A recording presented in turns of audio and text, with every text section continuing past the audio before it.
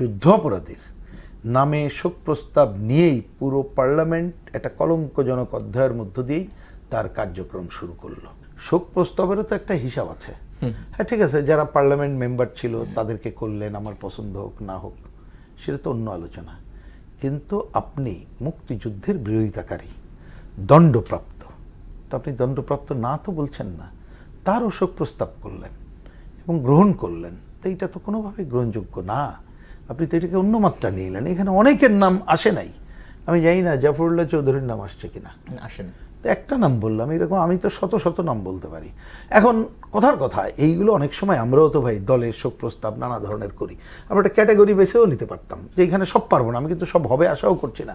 তাহলে বিগত দিনে, এবং আমি দেখলাম অনেকের নাম সে কত বছর আগে, কারণ সাধারণত আমি যেহেতু এমপি ছিলাম না, ভালো বলতে পারবো না, কিন্তু যদি এটা হইতো যে বিগত দিনে যাদের নাম শোক প্রস্তাব হয় নাই, এইবারে অন্তত পক্ষে যারা পার্লামেন্টারিয়ান ছিলেন তাদের করলাম বা গুরুত্বপূর্ণ, তাহলে কিন্তু এই তর্কটা এই জায়গায় থাকতো না। বরঞ্চ যুদ্ধাপরাধীর নামে শোক প্রস্তাব নিয়েই পুরো পার্লামেন্ট একটা কলঙ্কজনক অধ্যায়ের মধ্য দিয়েই তার কার্যক্রম শুরু করলো। এবং এইটা এমন একটা খারাপ সিগন্যাল দিল যে মুক্তিযুদ্ধ বিরোধী শক্তি, বিএনপির সহায়তা, আমি সহায়তা বলবো এই কারণে, কারণ এখানে তো চিফ হুইপই সম্ভবত তিনি এই নামটা প্রস্তাব করেছেন, স্পিকারের দিক থেকে হয় নাই প্রথমে, সেইটা গ্রহণ করাটা যথাযথ মোটেই হয়নি। এটা একটা খুবই খারাপ নিদর্শন। ন্যূনতম, আমি ন্যূনতম শব্দটা আবার ইউজ করছি, আজকে খেয়াল করবেন, বারবার ন্যূনতম করছি, কারণ আমি চাই না যে গণতন্ত্রের পথে হাঁটার ব্যাহত হোক এবং অন্য কোনো অপশক্ত সুযোগ নিক। মিনিমাম স্পিকার সাহেব তিনি যদি এই কাজটুকু করতেন যে ঠিক আছে প্রস্তাবগুলো আসছে, যাচাই বাছাই করে করব, তারপরে যাচাই বাছাই উনি নিয়ম অনুযায়ী করলেও কিন্তু আজকে এই বিতর্ক, বড় বিতর্কের জায়গাটা দিয়ে শুরু হতো না।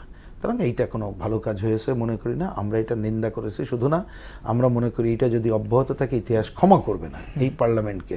সুতরাং ওদের উচিত এই ধরনের বিতর্কিত নাম, শুধু ওই না, আরও অনেক বিতর্কিত নাম আছে, সেটা পরীক্ষা নিরীক্ষা করুক, করেই তারা এইগুলোকে বাদ দিয়েই গ্রহণ করুক। তাহলে অন্ততপক্ষে শুরুতে কোনো হোঁচট খাওয়ার কথাটা কিন্তু আমরা আকাঙ্ক্ষা করি না। কারণ বলেছি, আবার বলছি, আমি কিন্তু যে অন্য সময়ের পার্লামেন্ট আর এই পার্লামেন্টের পরিস্থিতিটা ভিন্ন, আমি কোনোভাবেই চাই না যে আমাদের গণতন্ত্রের পথে ন্যূনতম হাঁটা ব্যাহত হোক। কিন্তু এখন যেহেতু পার্লামেন্ট হয়ে গেছে, তারা ওত নিয়েছে, প্রথম অধিবেশন শেষ হয়েছে তর্ক বিতর্কের মধ্যে, সুতরাং পার্লামেন্ট একটা যেহেতু দায়িত্ব বড় পালন করবে, তারা এমন কোনো কাজ করবে না যাতে মানুষ প্রথম দিন থেকেই তাদেরকে একটা মুক্তিযুদ্ধ বিরোধী শক্তি, এইটা দেশের না, এমন এমন কতকগুলো চিন্তা করে যা আমাদের গণতন্ত্রের পথে হাঁটাকে আরো ব্যাহত করে। সেইটা আমি মনে করি যে এটা যথাযথ হবে না।